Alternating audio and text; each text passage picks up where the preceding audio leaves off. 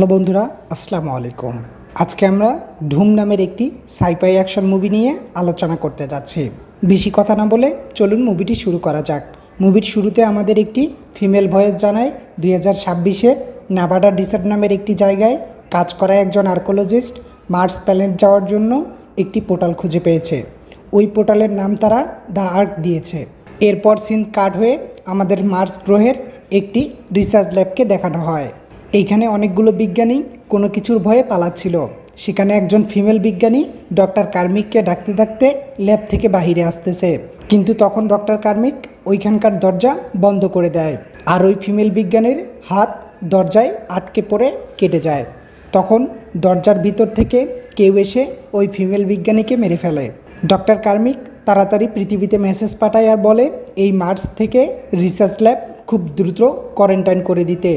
তখন আমরা দেখি ওই দরজা ভেঙে কোনো ভয়ঙ্কর কিছু তার দিকে তেড়ে আসতেছে। এরপর সিন কাট হয়ে আমাদের ক্যাপ্টেন সার্সকে দেখানো হয়। সার্সের বড় অফিসার তাকে মার্সে গিয়ে সেখানে কি ঘটেছে আর কে এই হামলা করেছে এই বিষয়ে খোঁজ করার জন্য যেতে বলে, এবং যে এই হামলার সাথে জড়িত তাকেও মেরে ফেলার অর্ডার দিয়ে দেয়। কিন্তু সার্সের টিম এক মিশন শেষ করে ছুটির জন্য অপেক্ষা করতেছিল। তখন সেখানে সার্চ এসে সবাইকে নতুন মিশনে যাওয়ার জন্য বলে। সেখানে একজন সেনা জনকে বলে তুমি যদি মিশনে যেতে না চাও তাহলে তুমি ছুটি নিতে পারো, কিন্তু সে বলে না, আমি মিশনে যাব। সার্চের টিমে একজন নতুন সেনা সদস্য ছিল যাকে তারা সবাই কিট বলে ডাকত। যে মিশনে এরা যাচ্ছে এই মিশন তার জীবনের প্রথম মিশন হতে চলেছে, যেটি মার্চে ছিল। তারপর সার্চ আর তার টিম হেলিকপ্টারে বসে দ্য আর্কের উদ্দেশ্যে রওনা হয়। সার্চ এইখানে ডক্টরের ভিডিও দেখিয়ে তার সেনাদের বলে আমাদের সেখানে গিয়ে ল্যাবের লোকদের রেস্কিউ করতে হবে।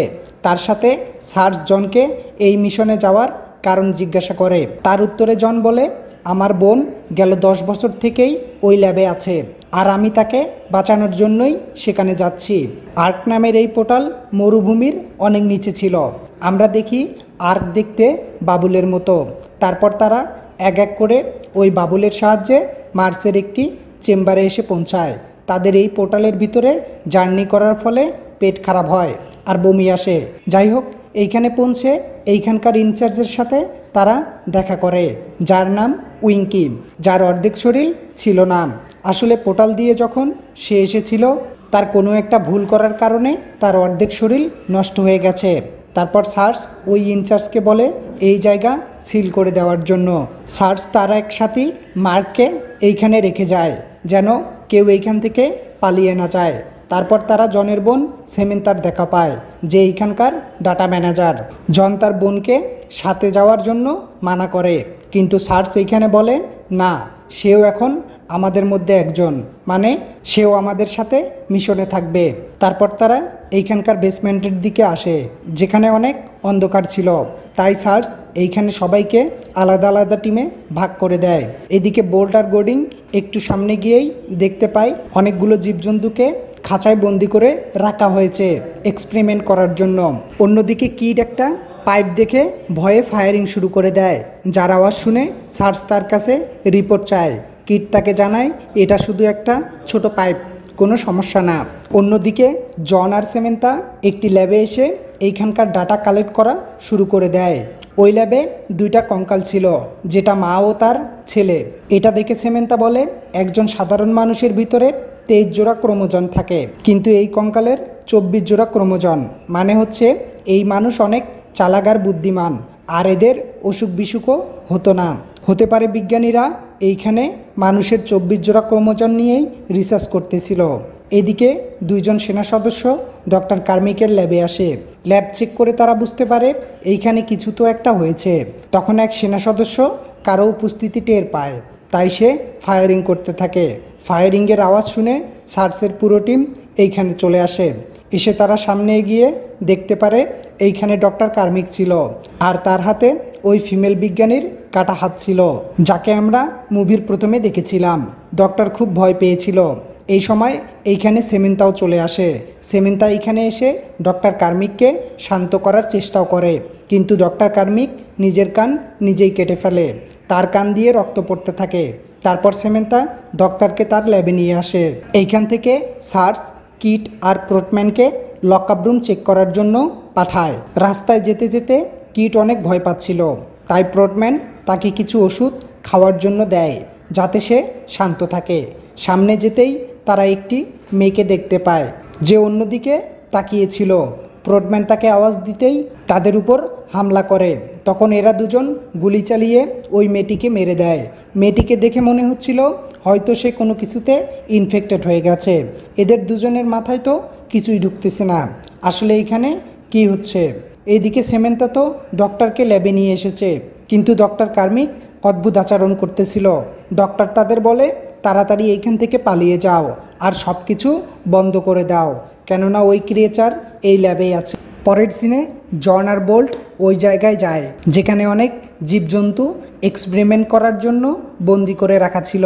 সেখানে গিয়ে তারা দেখে অনেক প্রাণীকে কে যেন খেয়ে ফেলেছে। আর একটু সামনে গিয়েই তারা দেখে একজন বিজ্ঞানী ইঁদুর খাচ্ছে, তার মানে বাকি প্রাণীগুলোকেও সে খেয়েছে। জন ওই ডক্টরের সাথে কথা বলার চেষ্টা করে, কিন্তু আওয়াজ শুনে ওই ডক্টর তাদের উপরেই হামলা করে দেয়। তখন তারা ওই বিজ্ঞানীকে গুলি করে মেরে দেয়। অন্যদিকে চার্লস আর তার টিমের একজন ওই ল্যাবের একটি জায়গায় ছিল। সেখানে তারা উপরের ভেন্টিলেশন থেকে কিছু অদ্ভুত শব্দ পায়। চার্লসের সাথী যখন ওই ভেন্টিলেশন চেক করার জন্য যায়, তখন সে ওইখানে একটা বানরকে দেখতে পারে এবং ভয়ে তাকেও গুলি মেরে দেয়। মারার পর চার্লস তার রক্ত চেক করে। বানরের রক্তে আলাদা ধরনের পার্টিকেল ছিল। অন্যদিকে সেমেন্তা যখন ডক্টর কার্মিকের রক্ত চেক করে, সেও ডক্টরের রক্তে সেম পার্টিকেল পায়। এই রকম রক্ত দেখে তারা কিছুই বুঝতে পারতেছিল না। পরের সিন কাট হয়ে আবারও জন আর প্রোটম্যানকে দেখানো হয়, যারা একটি ক্রিয়েচার দেখে তার উপরেই ফায়ারিং শুরু করে দেয়। তখন ক্রিয়েচারটা পালিয়ে ডাস্টবিনের ভিতরে ঢুকে যায়। টিমের সবাই সেখানে পৌঁছে ডাস্টবিনের নিচে গিয়ে ওই ক্রিয়েচারকে খুঁজতে থাকে। এইদিকে ল্যাবে সেমেন্তা দেখে ডক্টরের পুরাতন রক্তের সাথে তার এখনকার রক্তের কোনো মিল নেই। এটা দেখে সে খুব চিন্তিত হয়ে পড়ে। অন্যদিকে ডাস্টবিনে ওই ক্রিয়েচারকে খুঁজতে খুঁজতে প্রোটম্যানের পা একটি গর্তে আটকা পড়ে যায়। তখন জন তাড়াতাড়ি করে গর্ত থেকে তার পা বের করতে সাহায্য করে। পরে চার্লস আবারও টিমকে আলাদা আলাদা করে ভাগ করে দিয়ে পুরো ডাস্টবিন চেক করতে বলে। তখনই প্রোটম্যানের পিছনে একটা ক্রিয়েচার এসে তার গলায় কামড় দিয়ে ক্রিয়েচারের জিহ্বা গলাতেই রেখে দেয়। তার আওয়াজ শুনে জন তাড়াতাড়ি করে তার দিকে এসে ওই ক্রিয়েচারকে গুলি করে ওখানেই মেরে ফেলে। তারপর সবাই পটকে নিয়ে সেমেন্তার ল্যাবে চলে আসে। সবাই মিলে পটকে বাঁচানোর চেষ্টা করে, কিন্তু প্রোট সেখানেই মারা যায়। চার্লস যখন ডক্টরকে দেখতে যায়, গিয়ে দেখে সেখানে ডক্টর নেই। ডক্টরকে না পেয়ে সে সেমেন্তার উপর রাগ হয়ে জিজ্ঞাসা করে, আসলে এইখানে কি চলতেছে, তাড়াতাড়ি বলো। তারপর ওই ক্রিয়েচারের বডি সেমেন্তার সামনে নিয়ে আসা হয়। এটা দেখে সেমেন্তা চমকে উঠে। চার্লস তাকে জিজ্ঞাসা করে, এটা কি কোনো এলিয়েন? তখন সেমেন্তা তাকে বলে, এরা এলিয়েন না, এরা মানুষেই, যারা মার্সের পরিবেশের কারণে এই রকম হয়ে গেছে। চার্লস তার কথা শুনে কিছুই বুঝতে পারে না। এইখানে এইরকম আরও আছে, তাই সে এই পুরো ল্যাব সিল করে দিতে বলে। পরে সেমেন্তা ওই ক্রিয়েচারকে চেক করার জন্য তার স্কিন কাটতে যায়, কিন্তু তার স্কিন এত বেশি শক্ত ছিল যে ব্লেডটাই ভেঙে যায়। পরে সেমেন্তা ডিউককে একটি ব্লেড আনতে বলে, যেটা পাশের ঘরেই ছিল।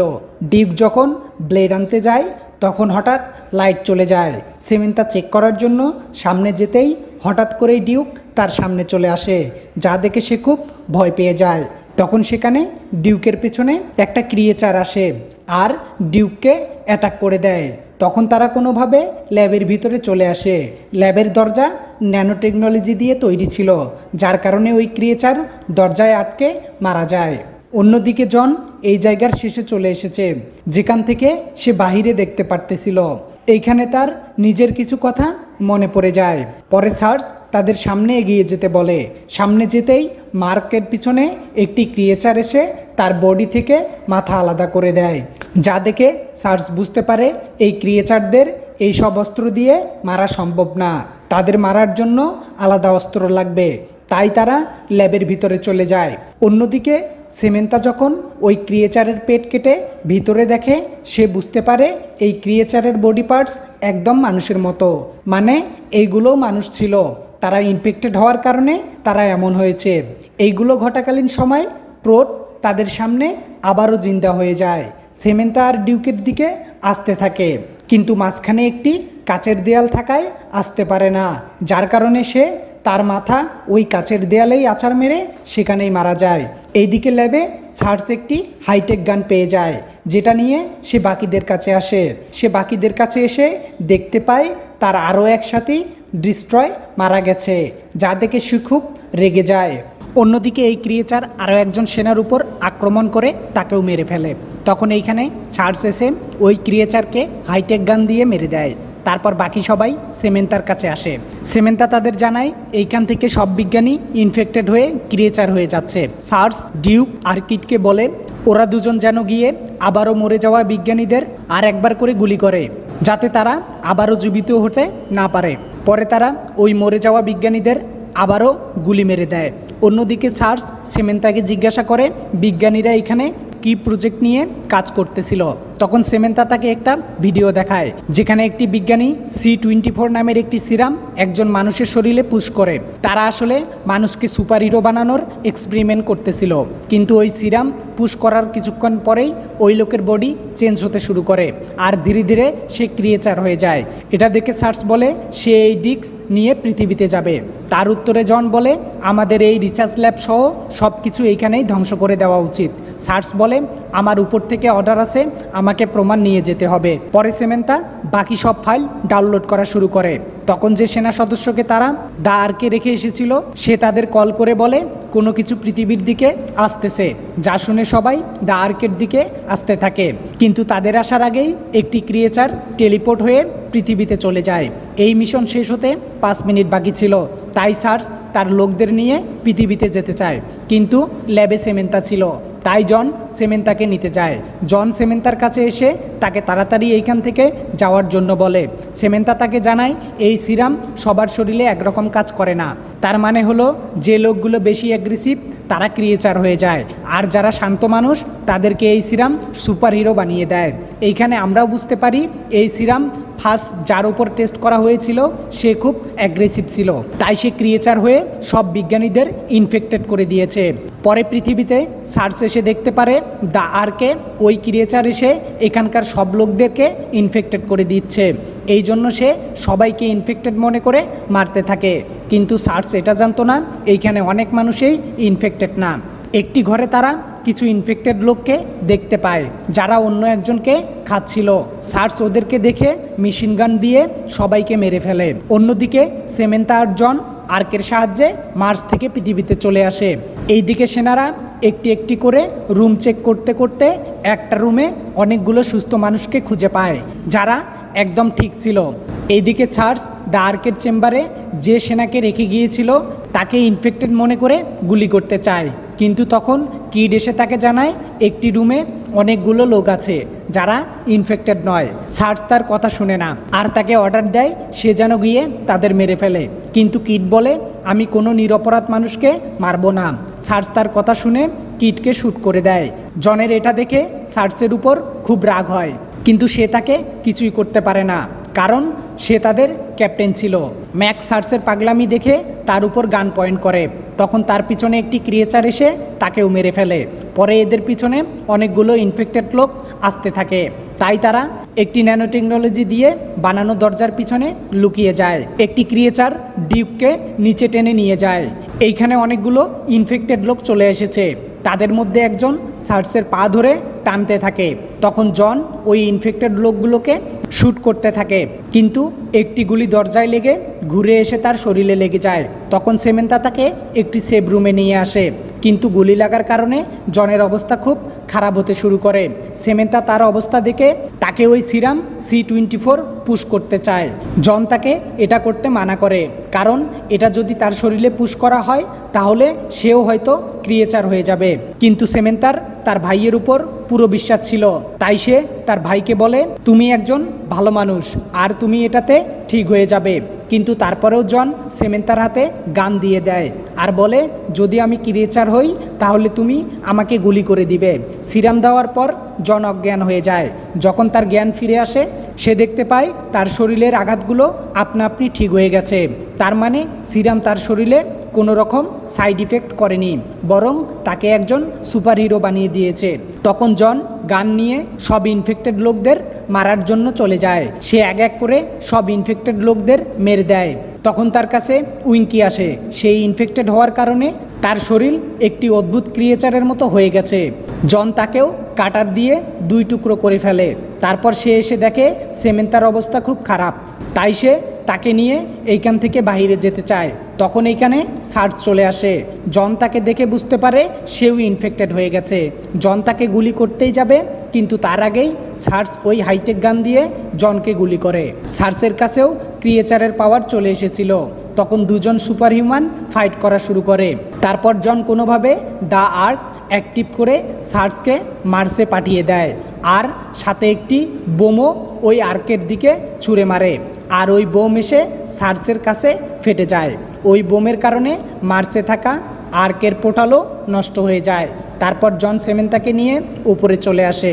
আর এর সাথেই এই সিনেমা এখানেই শেষ হয়ে যায়। বন্ধুরা, আজকে এই পর্যন্তই। ভিডিও ভালো লাগলে লাইক করবেন। কোন ধরনের মুভি এক্সপ্লেন চান কমেন্ট করে জানাবেন। দারুণ সব মুভি এক্সপ্লেন পাওয়ার জন্য চ্যানেলটি সাবস্ক্রাইব করবেন। সবার আগে নতুন ভিডিও পাওয়ার জন্য পাশে থাকা বেল আইকনটি বাজিয়ে দিবেন। দেখা হবে কোনো এক দারুণ মুভির এক্সপ্লেনে। ভালো থাকবেন, সুস্থ থাকবেন। আল্লাহ হাফেজ।